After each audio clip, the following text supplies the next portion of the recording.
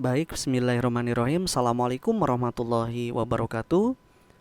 Berjumpa kembali dengan Pakar Biologi, teman-teman. Insya Allah pada kesempatan kali ini kita akan mencoba membahas tentang latihan ulangan, di mana materi yang akan kita bahas yaitu tentang sel, materi bab 1 kelas 11. Oke, baik, kita mulai saja ya. Oke, kita rekam emailnya. Oke, namanya kita berikan dulu, sudah, kelasnya juga sudah diberikan, tokennya sudah diberikan. Oke, ini dia teman-teman, masuk ke soal nomor pertama. Pada Kingdom Monera yang hidup di alam memiliki ciri yang sangat khas, khususnya dalam hal struktur selnya. Berikut ini adalah ciri khas sel yang dapat kita lihat pada kingdom ini. Oke, berarti diminta ciri dari Kingdom Monera ya. Nah, perlu diketahui teman-teman, Kingdom Monera ini punya contoh yaitu bakteri. Jadi cari gitu ya yang berhubungan dengan konsep dia. Yang pertama pilihannya katanya adanya membran sel. Oke, ini pilihan yang pertama, adanya membran sel yang tersusun oleh peptidoglikan. Ini jelas salah. Kenapa? Sebab peptidoglikan dia merupakan penyusun dinding selnya, bukan membran selnya. Gitu ya. Oke, yang kedua, tidak ditemukannya ribosom pada selnya. Ini juga salah teman-teman. Kenapa? Sebab Kingdom Monera dia hanya memiliki satu organel yaitu ribosom. Jadi kalau tidak ditemukan, salah. Harusnya ditemukan. Yang ketiga, ATP dihasilkan oleh organel mitokondria. Nah, organel sel yang dimiliki oleh Kingdom Monera tadi sudah disebutkan bahwa hanya ribosom saja.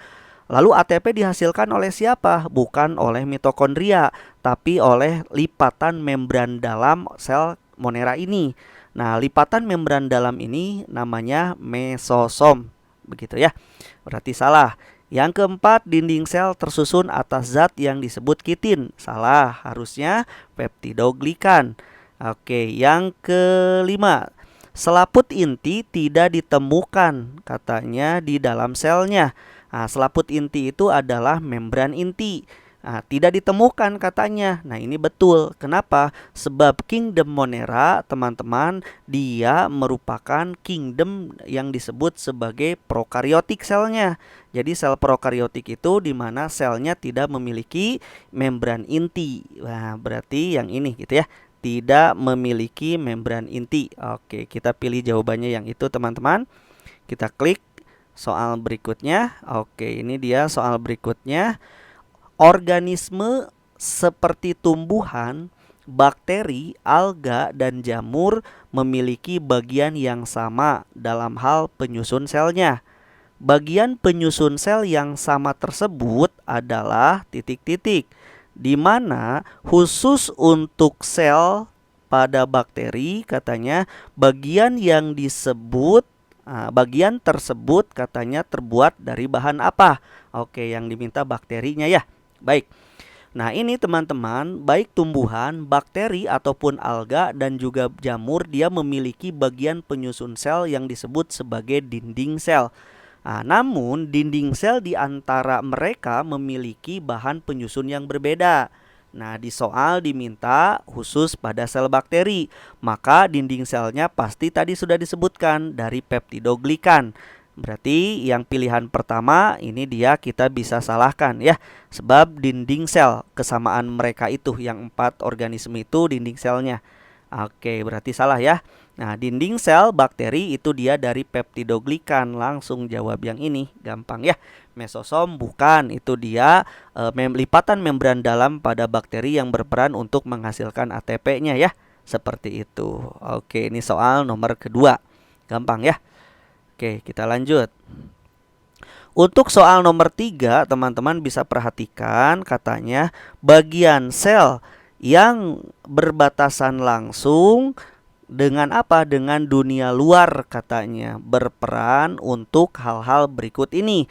Kecuali, coba dijawab dulu, bagian sel yang berbatasan langsung dengan dunia luar. Nah, berarti apa? Di sini teman-teman bisa dinding sel, bisa juga membran sel. Kalau dinding sel berarti sel tumbuhan, kalau membran sel berarti sel hewan, gitu ya. Oke, berarti cari fungsi dari salah satu bagian tersebut.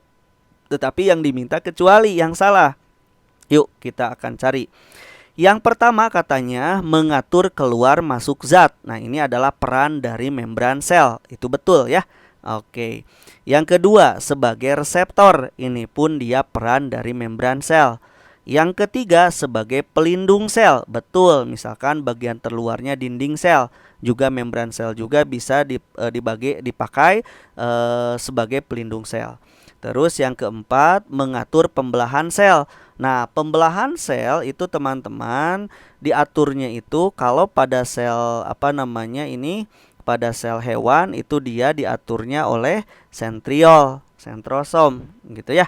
Nah, terus yang nomor 5 mengendalikan pertukaran zat. Nah, ini dia sama. Dia perannya itu dari membran sel. Oke, jadi teman-teman untuk mengetahui fungsinya seperti ini, kecualinya berarti jawabannya yang salah itu adalah yang ini, gitu ya. Oke, jadi pada sel hewan pengaturan pembelahan sel diatur oleh sentriol, begitu ya. Oke, pada soal berikutnya kita lihat lagi teman-teman, organel pada sel katanya yang bertanggung jawab terhadap apa? Terhadap pertahanan tubuh dari hal-hal yang membahayakan. Organel sel tersebut adalah, diminta organel ya. Berarti kalau di pilihan yang pertama ada leukosit, jangan dijawab. Sebab ini adalah sel, bukan organel gitu ya. Yang kedua ada lisosom. Lisosom itu dia organel. Organel yang berperan dalam proses pencernaan intraseluler. Berarti dia mampu mempertahankan tubuh dari hal-hal yang memang membahayakan. Ini bisa betul jawabannya adalah lisosom ya. Nah, kalau ribosom teman-teman ini adalah untuk sintesis protein. Sedangkan sentrosom ini dia berperan dalam pembelahan sel. Kalau yang kelima limosom ini nggak ada ya. Ini di structure. Oke, seperti itu. Soal yang ini jawabannya lisosom. Kita cari soal berikutnya. Katanya apa ini? Suatu organel sel yang berperan dalam apa? Dalam proses penyusunan molekul-molekul protein yang sangat diperlukan oleh tubuh adalah, nah kita bahas satu persatu. Retikulum endoplasma teman-teman ada dua. Ada RE kasar, ada RE halus. Nah, ini tidak jelas RE apa yang ini. Kalau yang RE halus dia sintesis lipid atau lemak, sedangkan RE kasar dia sintesis protein. Jadi di sini masih umum ya RE-nya, tidak disebutkan spesifik. Yang kedua ada badan Golgi. Nah, badan Golgi ini teman-teman bisa berperan sebagai sekresi, modifikasi protein sampai menjadi produk, dan khusus pada sel hewan, badan Golgi itu dia mampu menciptakan vesikel yang disebut sebagai, ada vesikel, satu lagi ada organel yang dihasilkan oleh badan Golgi berupa lisosom gitu ya. Nah, seperti itu. Terus kalau ribosom ini adalah berperan dalam proses penyusunan molekul-molekul protein. Nah, berarti ini jawabannya ya yang diperlukan oleh tubuh. Kalau glioksisom, teman-teman, glioksisom itu teman-teman tahu ada kalau di hewan itu namanya peroksisom gitu ya. Nah, di tumbuhan namanya glioksisom. Ini dia organel yang berperan di dalam proses menetralisir gitu ya, menetralisir zat-zat yang berbahaya bagi tubuh. Kalau di hewan itu ada H2O2 asam peroksida ya, akan dinetralisir oleh peroksisom menjadi apa? Menjadi air dan oksigen, seperti itu. Terus pilihan yang kelima ada kromosom. Ini tidak ada sangkut pautnya sebab yang diminta adalah organel sel. Begitu ya. Baik, soal berikutnya kita lihat katanya apalagi ini soalnya. Ketika sel hewan, katanya nih sel hewan akan melangsungkan pembelahan, maka sel tersebut harus mempersiapkan organel selnya. Bagian organel sel yang akan berperan dalam fungsi di atas adalah pembelahan sel. Oke, tadi sudah disebutkan ya. Kalau pembelahan sel di soal sebelumnya kita sudah bahas bahwa dia yang berperan organelnya adalah sentriol. Kalau lisosom buat apa? Lisosom tadi disebutkan juga sebagai organ pencernaan intraseluler. Salah satunya dalam pertahanan tubuh kita gitu ya. Organel jadi pertahanan sel. pencernaan intraseluler. Dia memiliki enzim-enzim hidrolisis gitu ya, hidrolitik, enzim-enzim penghancur. Terus yang ketiga sitoskeleton. Kalau sitoskeleton adalah rangka sel. Nah, bukan itu. Terus ada nukleosom. Nukleosom tidak ada hubungannya. Ini berhubungan dengan kromosom, teman-teman ya. Terus ada mitokondria. Mitokondria itu dia respirasi seluler. Jadi penghasil ATP ya. Bukan itu jawabannya. Oke, sejawabannya sentriol, pembelahan sel. Kita lanjut ke soal berikutnya. Di sini soal berikutnya katanya enzim yang bertindak sebagai penetralisir racun hidrogen peroksida yang dihasilkan dari sisa metabolisme selanjutnya akan dinetralisir menjadi air dan oksigen. Enzim tersebut adalah enzim apa yang menetralisir hidrogen peroksida H2O2. Nama enzimnya teman-teman adalah katalase. Yang dihasilkan oleh organel sel apa? Yaitu organel tadi sudah dibahas namanya peroksisom gitu ya. Oke, jadi enzimnya adalah katalase, organelnya adalah peroksisom. Yang pilihan pertama peroksidase glioksisom salah. Katabolisme lisosom salah, hidrolase leukosit juga salah ya, apalagi yang kelima. Jawabannya adalah katalase dan peroksisom organelnya. Oke, baik. Kita maju ke soal berikutnya, teman-teman. Di sini disebutkan bahwa organel sel ini katanya paling banyak ditemukan di organ hati. Nah, kata kuncinya hati. Keberadaannya sangat penting berkenaan dengan apa? Dengan fungsi hati. Dengan fungsi hati, berarti fungsi hati itu kan salah satunya menetralisir racun ya. Jika organel ini tidak ada, maka hati tidak akan menjalankan fungsinya secara baik. Organel sel tersebut katanya adalah apa? Jadi yang menetralisir racun ya. Yang menetralisir racun di hati organelnya adalah peroksisom. Tadi sudah disebutkan racunnya H2O2 ya. Nah, kalau lisosom tadi disebutkan dia pencernaan intraseluler. Diktiosom itu adalah badan Golgi yang jadi nama lain dari badan Golgi pada sel tumbuhan. Terus ribosom sintesis protein, sentrosom itu dia berperan di dalam proses pembelahan sel ya pada sel hewan. Oke, kita lanjut ke soal berikutnya. Di sini ada soal yang menyatakan bahwa lapisan yang memisahkan katanya teman-teman membran vakuola pada tumbuhan dengan daerah luar seperti sitoplasma adalah apa? Oke, kita bahas ya. Nah, lapisan yang memisahkan membran vakuola itu ada namanya, ada khasnya. Namanya itu adalah tonoplas, teman-teman. Nah, ada pilihannya gitu ya. Jadi dia merupakan lapisan yang memisahkan antara membran vakuola, vakuolanya vakuola tumbuhan gitu ya, dengan daerah luar yaitu dengan cairan di dalam selnya ya. Dinding sel bukan. Nah, dinding sel mah itu dia lapisan terluar dari selnya ya, bukan dari vakuola. Membran plasma bukan, vakuola itu kan ada di dalam. Krista bukan, itu dia merupakan membran dalam mitokondria. Tilakoid bukan, itu dia ada di kloroplas. Begitu ya, tonoplas. Jadi membran yang atau lapisan yang memisahkan membran vakuola, tonoplas namanya.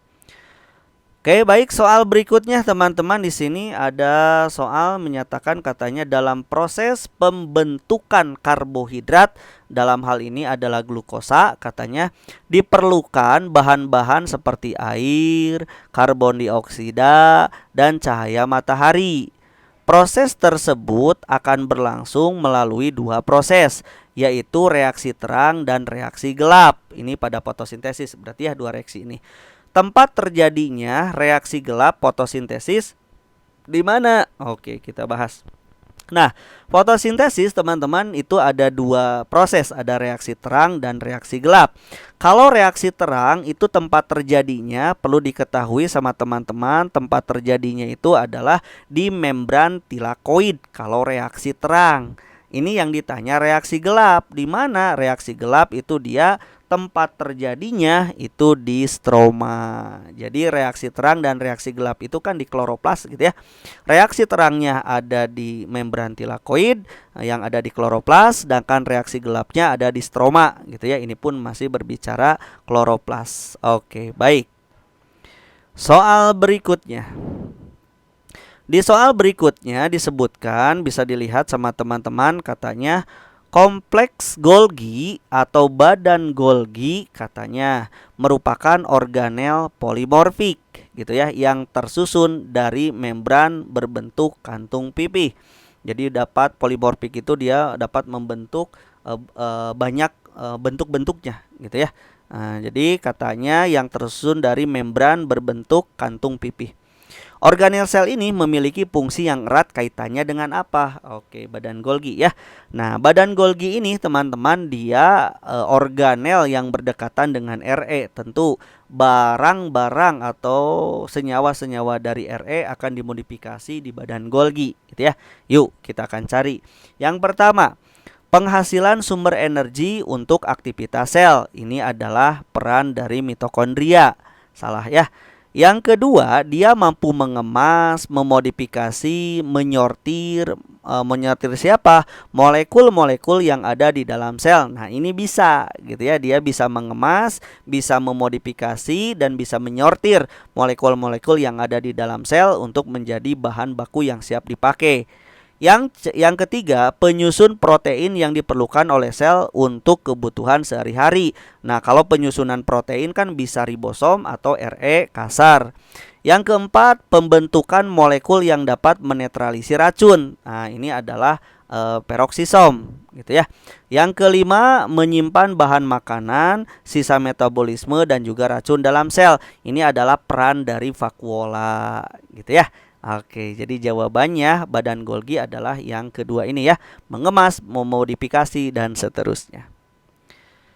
Terus soal berikutnya ada berupa gambar, teman-teman bisa diperhatikan gambar ini menyatakan apa? Katanya perhatikan gambar di bawah ini. Oke, kita perhatikan ya. Nah, katanya bagian organel sel yang berperan dalam pembentukan lisosom. Oke, lisosom dibentuk oleh nomor berapa katanya ya? Nomor 1 itu dia nukleus, nomor 2 teman-teman ini adalah mitokondria, nomor 3 ini adalah badan Golgi, kompleks Golgi, nomor 4 ini bisa jadi vesikel ataupun lisosom, dan nomor 5 ini adalah Re-nya Re halus gitu ya, tidak ada ribosomnya ini. Nah, yang berperan dalam pembentukan lisosom adalah badan Golgi. Badan Golgi nomor berapa? Nomor 3 begitu ya. Oke, sip, kita lanjutkan. Soal berikutnya ini tentang membran sel. Kita akan lihat teman-teman, di soal ini menyatakan, katanya kita baca dulu soalnya ya. Perhatikan gambar di bawah ini, bagian yang bernomor 1, 2, 3. Oke, diminta 1, 2, 3 ya. Kita namai dulu. Nomor 1 teman-teman ini adalah ada glikogen yang nempel pada lipid. Maka gabungkan namanya glikolipid. Nah, ini yang nomor 1 ya.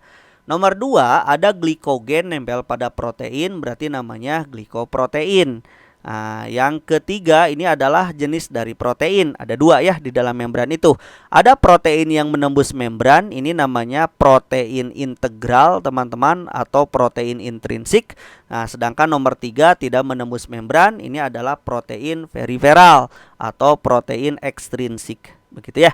Jadi jawabannya nomor 1 glikolipid, nomor 2 glikoprotein, nomor 3 adalah protein periferal atau protein ekstrinsik. Berarti jawabannya adalah yang E ya. Oke, kita lanjut. Untuk soal berikutnya katanya dia, oke kita baca. Dalam proses transportasi katanya, di mana pergerakan molekul berpindah dari konsentrasi rendah ke konsentrasi tinggi. Katanya seperti itu ya. Akibatnya dibutuhkan suatu pemicu berupa energi. Adapun energi tersebut akan disediakan oleh organel sel berupa, oke berarti diminta organel yang menghasilkan energi. Tentu jelas ini jawabannya adalah mitokondria.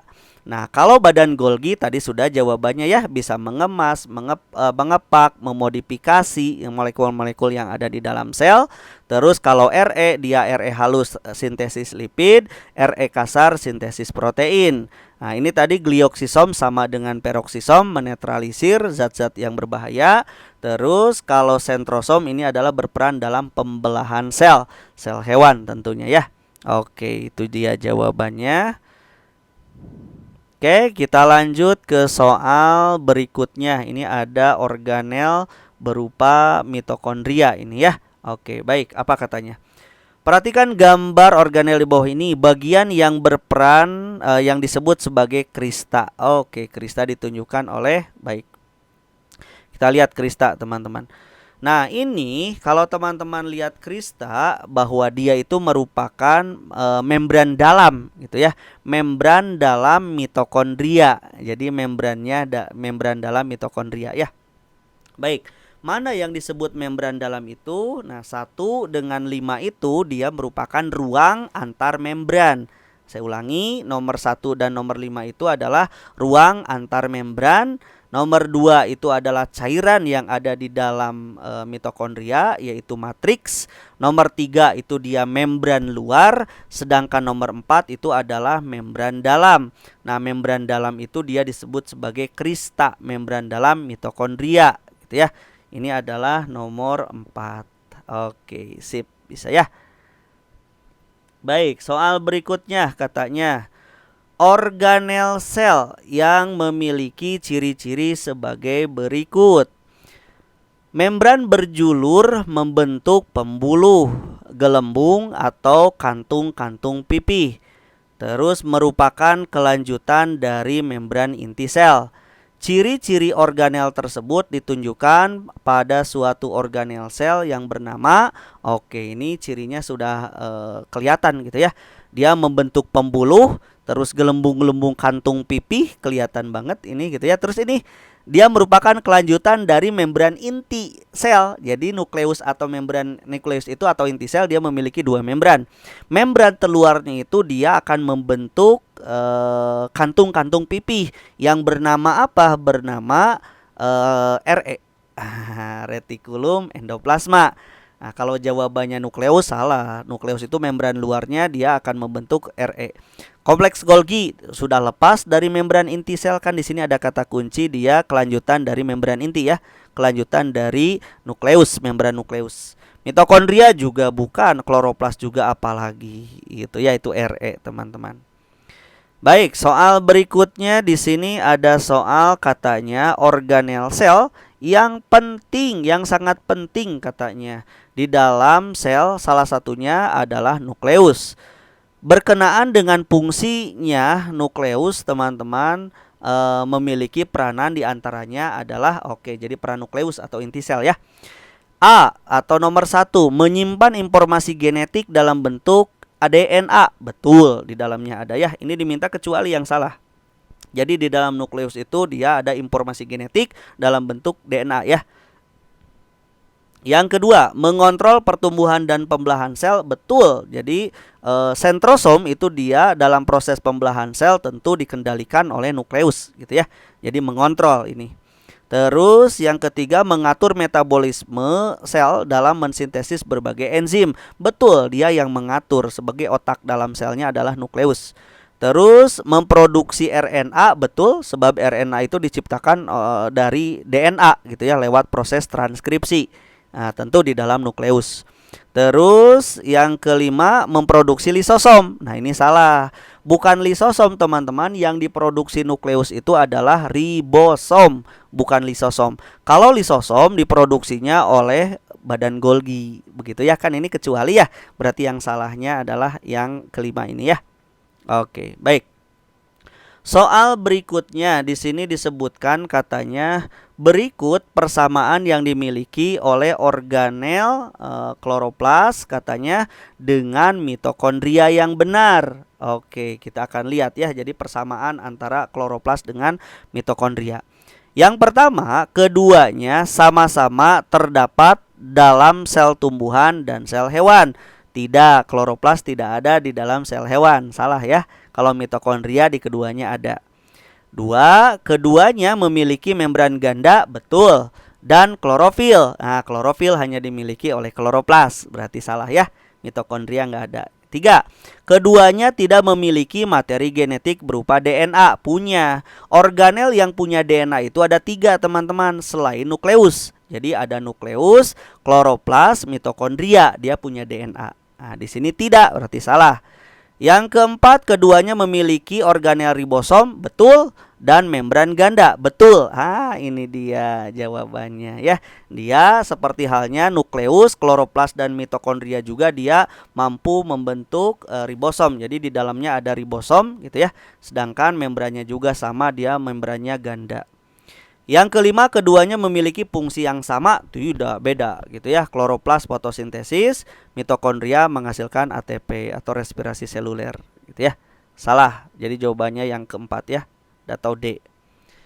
Oke, baik, berikutnya katanya ada soal mengenai apa ini? Organel berupa lisosom katanya hanya terdapat pada sel hewan. Begitu ya. Alasannya katanya karena kalau di dalam sel tumbuhan fungsi lisosom bisa digantikan oleh organel apa yang juga mengandung enzim hidrolitik mirip kayak lisosom. Oh, di sel tumbuhan ya. Betul teman-teman, di sel tumbuhan itu tidak memiliki lisosom. Namun peran lisosom dia sama dengan organel yang dimiliki oleh tumbuhan. Siapa? Organel ini sama, dia memiliki enzim hidrolitik. Nah, nama organelnya ini adalah vakuola gitu ya. Jadi lisosom itu digantikan perannya oleh vakuola kalau pada tumbuhan. Kalau plastida bukan, ini dia untuk fotosintesis ya. Oke, ini dia glioksisom, beda lagi bukan. Ada dinding sel juga bukan, kloroplas juga bukan. Oke, seperti itu ya. Jadi vakuola digantikan fungsinya oleh vakuola. Terus selanjutnya ada soal katanya pada saat sel akan melangsungkan suatu pembelahan, benang-benang spindle akan dikeluarkan untuk mengikat kromosom supaya terbagi menjadi dua belahan. Organel sel yang bertujuan untuk proses tersebut berarti organel sel yang berperan dalam pembelahan sel. Udah ketahuan kan ya? Nah, jawabannya apa? Oke, jawabannya adalah sentriol gitu ya. Kalau sentrosom bukan gitu ya, peroksisom juga bukan, lisosom tadi juga sudah dibahas gitu ya.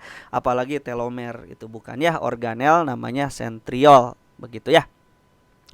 Terus soal berikutnya teman-teman, di sini ada apa ini? Oh, gambar kloroplas ya. Oke, kita akan bahas. Perhatikan katanya gambar di bawah ini. Oke, baik, kita perhatikan. Nama dan nomor dan nama yang benar bagian-bagian organel sel ini. Oke, ini dia teman-teman, ini adalah kloroplas. Oke, kita akan cari nama bagian-bagian yang benarnya ya. Sama fungsinya enggak? Oh, enggak ini. Nomor 1 kita lihat katanya nomor 1 tilakoid, nomor 1 tilakoid. Nomor 1 ini dia. Ada apa ini? Ada tilakoid. Oke ya, ini keping-kepingnya teman-teman. Tilakoid itu keping-kepingnya ya.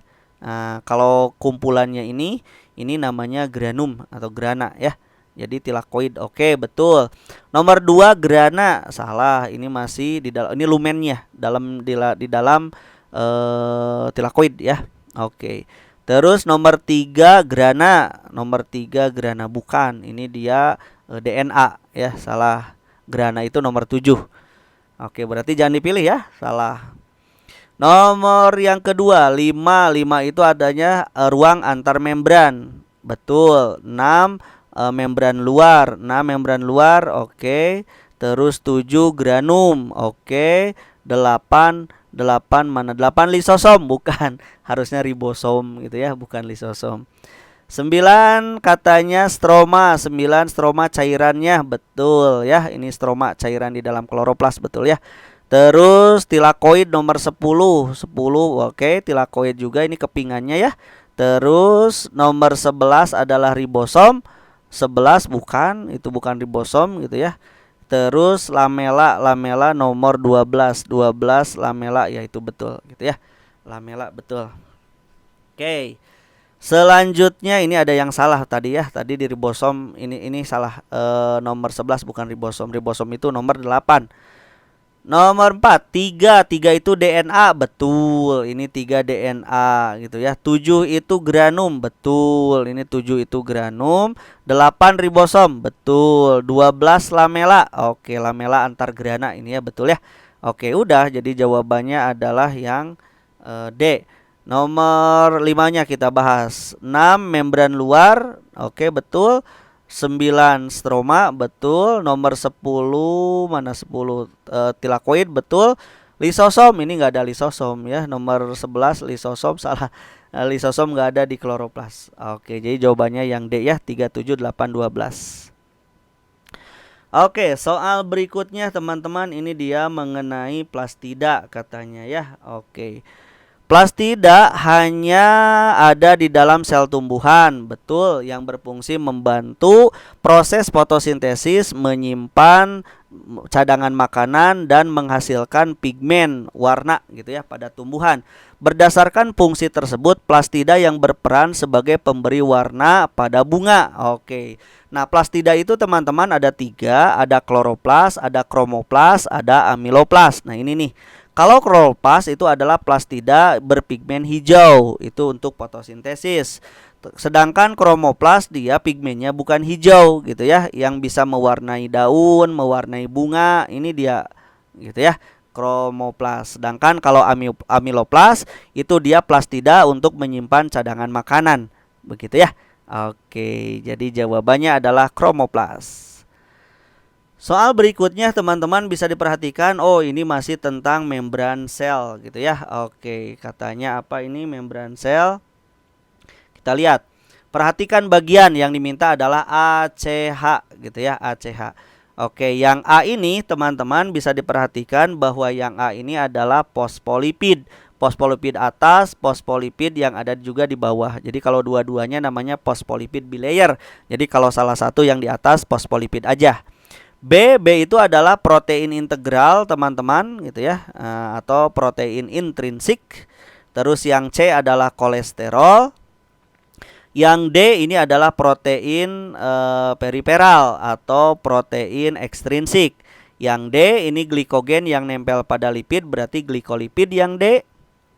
Sedangkan yang E ini protein yang nempel pada glikogen yang nempel pada protein, berarti glikoprotein. Yang G ini adalah kepalanya, berarti dia fosfat, sedangkan yang H ekornya berarti dia asam lemak gitu ya. Jadi fosfolipid itu dia punya kepala namanya fosfat, yang G ekornya adalah asam lemak. Itu yang H diminta ACH. Berarti A-nya fosfolipid, terus apalagi C-nya adalah kolesterol, terus H-nya adalah asam lemak. Berarti jawabannya adalah ini dia, fosfolipid, kolesterol, asam lemak, begitu ya. Oke, kita lanjutkan.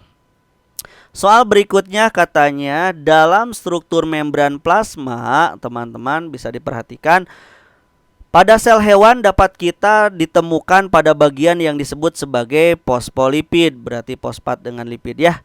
Dalam membran tadi yang terdiri dari bagian fosfat dan bagian lipid. Betul, bagian tersebut memiliki sifat unik dalam menjalankan fungsinya. Sifatnya adalah, oke, perlu diketahui teman-teman, kalau fosfat itu dia hidrofilik atau suka air, sedangkan lipidnya, asam lemaknya itu adalah hidrofobik, tidak suka air. Berarti cari yang jawabannya begitu. Oke, kita cari ya. Yang A, fosfat bersifat hidrofilik, suka air. Lipid bersifat hidrofobik, tidak suka air. Udah ketahuan jawabannya ini ya.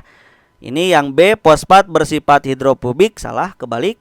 Asam lemak hidrofilik, salah, harusnya hidrofobik. Lipid itu atau asam lemak itu, asam lemak dan fosfat sama-sama tidak suka air, salah. Asam lemak dan fosfat suka air, salah. Gitu ya. Jadi fosfatnya hidrofilik, lemaknya atau lipidnya, asam lemaknya hidrofobik, tidak suka air ya. Oke, kita maju ke soal berikutnya. Ini tentang dinding sel katanya. Perhatikan gambar di bawah ini, tentu siap. Ini tentang dinding sel ya. Bagian yang ditunjukkan oleh nomor 2, 5, dan 6 adalah, oke, baik. Teman-teman, ini dinding sel. Oke, yang nomor 1 itu adalah lamela tengah. Nomor 2 ini adalah dinding primer teman-teman. Yang nomor 3 adalah dinding sekunder. Begitu ya. Nah seperti itu. Oke. Terus cari nomor berapa lagi nih. Yang diminta adalah nomor berapa tadi? 2, 5, 6. Berarti 2 tadi sudah ya. Nomor 2 itu dia sudah ketahuan dia dinding primer. Cari dinding primer nomor 2. Dinding primer antara nomor 2 dan nomor 4 ya. Oke, diminta nomor berapa lagi? Nomor 5. Oke, ini dia bahan-bahannya teman-teman. Ada nomor 5, nomor 6, nomor 7. Ini adalah bahan-bahan penyusunnya ya. Oke, nomor 5 itu adalah hemiselulosa, nomor 6 adalah selulosa, nomor 7 dia ini adalah pektin gitu ya. Pektinnya teman-teman, seperti itu. Jadi jawaban yang betul mana? Nomor 5 tadi hemiselulosa, nomor 6 adalah selulosa. Oh, ini dia. Jawabannya adalah yang B. Begitu ya. Oke. Ini teman-teman ada hemiselulosa, selulosa, pektin. Mereka itu merupakan komponen penyusun dari dinding sel. Ada satu lagi namanya lignin gitu ya. Nah, itu yang paling kuat dan keras penyusun dinding selnya. Oke, itu dia. Kita lanjut soalnya. Berikutnya katanya sitoskeleton adalah rangka sel berbentuk benang-benang. Betul. Benang-benang halus atau filamen-filamen protein yang menyebar di sitosol. Betul sekali, sitosol itu sitoplasma ya, cairan sel. Sitoskeleton memberi bentuk pada sel. Selain itu juga berfungsi untuk mengatur pergerakan yang ada di dalam sel serta mempertahankan organel-organel sel tetap berada di tempatnya masing-masing. Sitoskeleton terbagi menjadi 3, yaitu pembagian sitoskeleton ya. Nah, sitoskeleton itu teman-teman perlu diketahui dia ada 3 bagian. Yang pertama adalah mikrofilamen, yang kedua ada yang disebut sebagai filamen intermediate, dan yang ketiga ada yang disebut sebagai mikrotubules. Nah, itu cari aja yang 3 itu ya. Kita cari mikrofilamen, filamen intermediate, udah ketahuan ini jawabannya ya. Nah, yang kedua salah, lamela tengah ini dia mikrofilamen salah ya. Terus filamen primernya salah, filamen sekunder salah.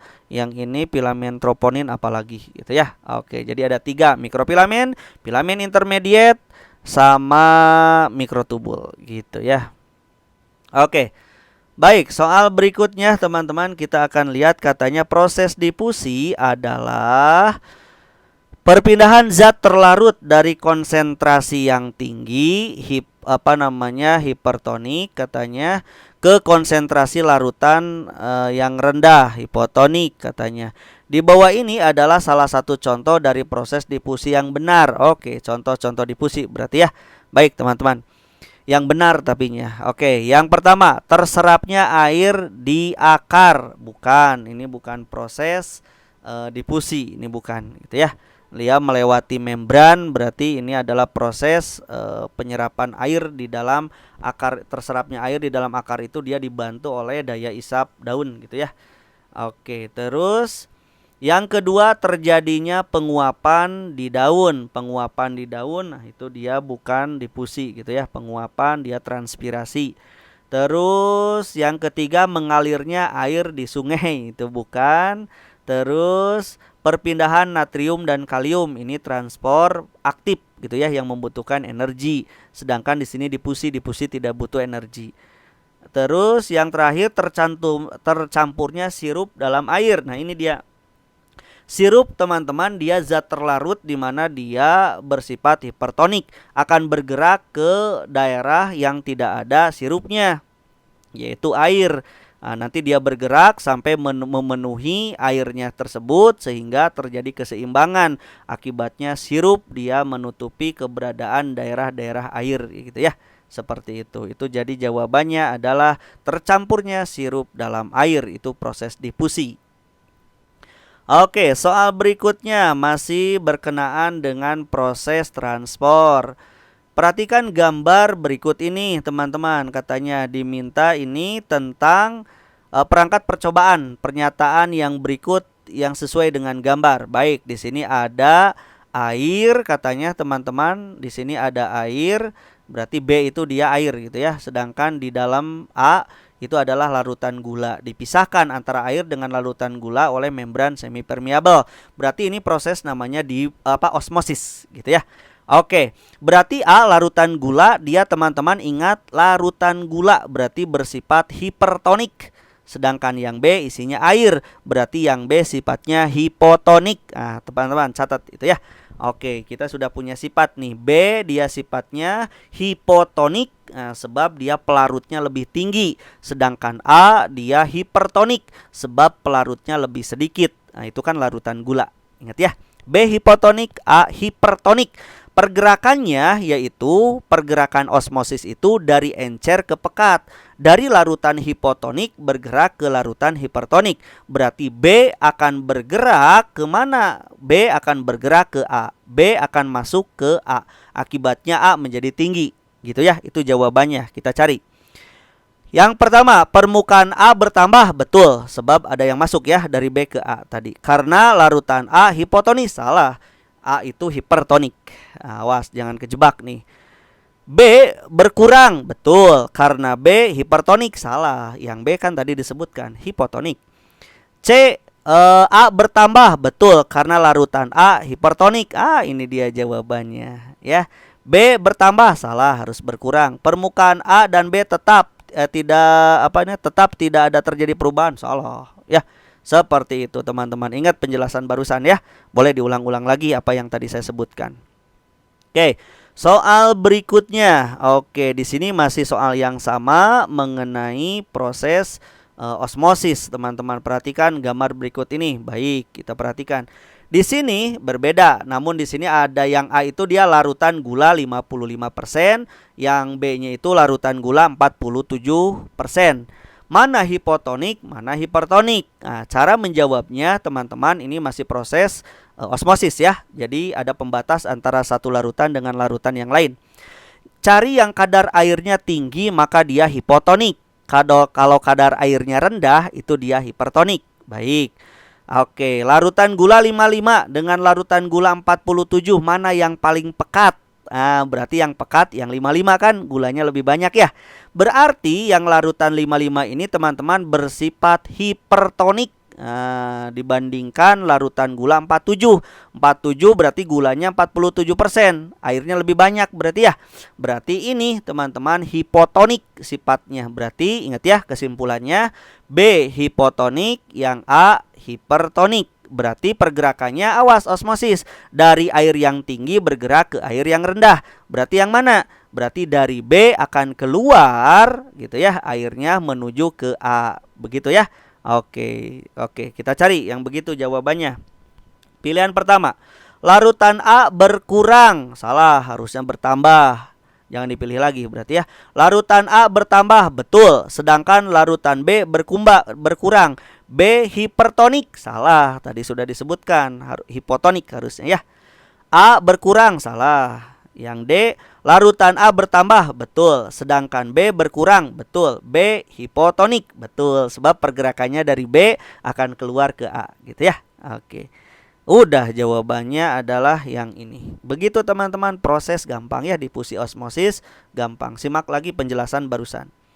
Oke, masih peristiwa osmosis. Kita lihat lagi.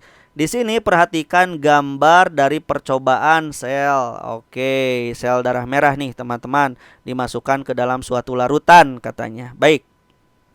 Yang pertama, gambar pertama itu katanya ada di larutan isotonik. Maka gambarnya seperti ini, normal. Sedangkan nanti gambar satu ini dimasukkan ke dalam larutan X sehingga berubah menjadi gambar 2. Gambar satu juga boleh dimasukkan ke larutan Y sehingga dia berubah menjadi gambar nomor 3. Baik, ini selnya sel darah merah, berarti sel hewan. Oke, konsepnya begini teman-teman kalau sel hewan. Jika ada suatu sel yang normal seperti ini dimasukkan ke dalam X lalu dia menjadi gambar seperti ini, mengkerut ini. Artinya isinya itu keluar. Berarti di dalam sel dia lebih lebih encer dibandingkan di luar. Akibatnya kan air dari dalam sel keluar, gitu kan ya. Akibatnya sel menjadi mengkerut. Kalau air dari dalam keluar berarti si gambar nomor 2 ini dia berada pada larutan hipertonik teman-teman. Jadi X itu hipertonik, ingat-ingat. Apa buktinya? Ini selnya mengkerut. Berarti ada isi sel yang keluar, gitu ya. Oke, ini osmosis. Berarti di dalam sel awalnya hipotonik, di luar hiper. Ingat pergerakannya dari hipo ke hiper. Akibatnya air dari sel akan keluar. Ini mengkerut. Oke, saya ulangi. Gambar 2 ini jadi krenasi, X-nya dia hipertonik. Ingat-ingat ya, catat. Sedangkan yang kedua ini jadi menggembung. Berarti ini dia lama-kelamaan dikarenakan ini sel hewan, dia akan pecah. Dia akan lisis. Gitu ya, sebab air terus masuk. Berarti kalau air terus masuk, Y itu berarti dia larutannya adalah hipotonik di luar. Di luar hipotonik berarti di dalam hipertonik. Akibatnya di luar masuk airnya menjadi gembung. Akibatnya nanti kalau ini sel hewan tidak ada perlindungan, tidak ada dinding sel. Sel akan pecah, nanti dia lisis. Berarti nomor 3 nantinya akan mengalami lisis sebab berada pada larutan hipotonik. Jadi Y itu hipotonik. Gitu ya. Cari yang jawaban seperti itu teman-teman, catat dulu. Pilihan pertama, sel darah merah pada gambar 3 dalam keadaan normal. Salah, mengembung ya, itu ya, tidak normal. Normal itu kan gambar 1. 2. Sel darah merah pada gambar 2 mengalami lisis. Salah, tadi krenasi disebutnya ya. Kalau lisis nanti gambar 3. 3. Sel darah merah pada gambar 3 mengalami turgid. Turgid itu pada tumbuhan gitu ya. Oke, nanti dia punya dinding sel yang mengakibatkan sel dia menjadi gendut, menggembung. Kalau sel hewan lama-kelamaan dia pecah, akan lisis. Begitu ya. 4. Sel darah merah pada gambar 2 teman-teman krenasi. Betul, karena berada pada larutan hipertonis. Betul ya, tadi X hipertonis. Udah, ini dia jawabannya ya. Sel darah merah yang kelima nomor 2 mengalami plasmolisis. Plasmolisis itu dia pada tumbuhan. Ini sel hewan kan ya? Salah. Oke, jawabannya seperti itu. Baik, kita lanjut. Katanya teman-teman soal berikutnya pengangkutan transport aktif. Oke, jadi proses transport aktif itu perlu diketahui sama kalian bahwa dia pergerakan suatu larutan atau molekul di mana pergerakannya itu dia dari konsentrasi rendah ke konsentrasi tinggi. Berarti kalau begitu nggak bisa secara alamiah, itu butuh yang namanya ATP, butuh bantuan dari luar gitu ya. Butuh energi. Ingat, transport aktif butuh energi sebab pergerakannya dari bawah ke atas atau pergerakannya dari konsentrasi rendah ke konsentrasi tinggi. Berapa arah? Searah. Nah, begitu. Cari jawabannya ya. Gerakan molekul yang pertama konsentrasi tinggi, salah, ke konsentrasi rendah, salah, harusnya rendah ke tinggi. Konsentrasi rendah ke tinggi tanpa energi, salah, butuh energi harusnya. Pengangkutan memerlukan energi, betul. Dengan gerakan bolak-balik, salah, harusnya dia searah. Pengangkutan tidak memerlukan energi, salah, berarti jawabannya yang ini. Pengangkutan yang memerlukan energi dengan gerak satu arah. Gitu ya, dari konsentrasi rendah ke konsentrasi tinggi. Begitu. Oke, soal berikutnya katanya ini tentang apa nih, kita lihat ya. Ini tentang jika suatu biji jambu, berarti sel tumbuhan ya. Oke. Yang masih hidup ditempatkan pada larutan hipertonik, berarti di luar larutannya kental. Maka sel tersebut akan mengalami apa? Berarti sel jambu dia akan mengeluarkan air di dalam selnya keluar ke larutan hipertonik. Nah, gitu ya, sebab air di dalam sel jambu lebih tinggi daripada di luar. Osmosis, air yang tinggi bergerak ke air yang rendah. Air yang tinggi di sel jambu akan bergerak ke larutan hipertonik yang kekurangan cairan. Apa yang akan terjadi ketika air keluar dari sel biji jambu? Maka sel tumbuhan tersebut dia akan melepaskan membran selnya dari dinding sel sebab cairan banyak keluar. Itu namanya plasmolisis ya. Begitu. Depolarisasi itu di saraf, turgid beda lagi, krenasi itu sel hewan, hemolisis itu sel hewan. Begitu ya. Begitu teman-teman jawabannya plasmolisis. Baik, soal berikutnya. Wah, ini masih tentang transport. Baik, di sini disebutkan apa? Berikut ini adalah gambar hasil percobaan sel akar tumbuhan dalam 3 larutan pupuk urea yang berbeda. Pernyataan yang tidak benar berarti yang salah. Ini ya, diminta yang salah. Pernyataan yang tidak benarnya ya. Baik, kita jawab dulu. Gambar yang pertama teman-teman, ada air masuk, ada air keluar. Terus selnya baik-baik saja. Berarti ini dalam keadaan normal. Ingat-ingat, nomor 1 selnya normal dalam keadaan isotonis larutannya. Ingat-ingat, catat ya. 2, ada air yang masuk aja terus, tidak ada yang keluar. Ini masuk terus, berarti di luar hipo, di dalam sel berarti hiper, gitu ya.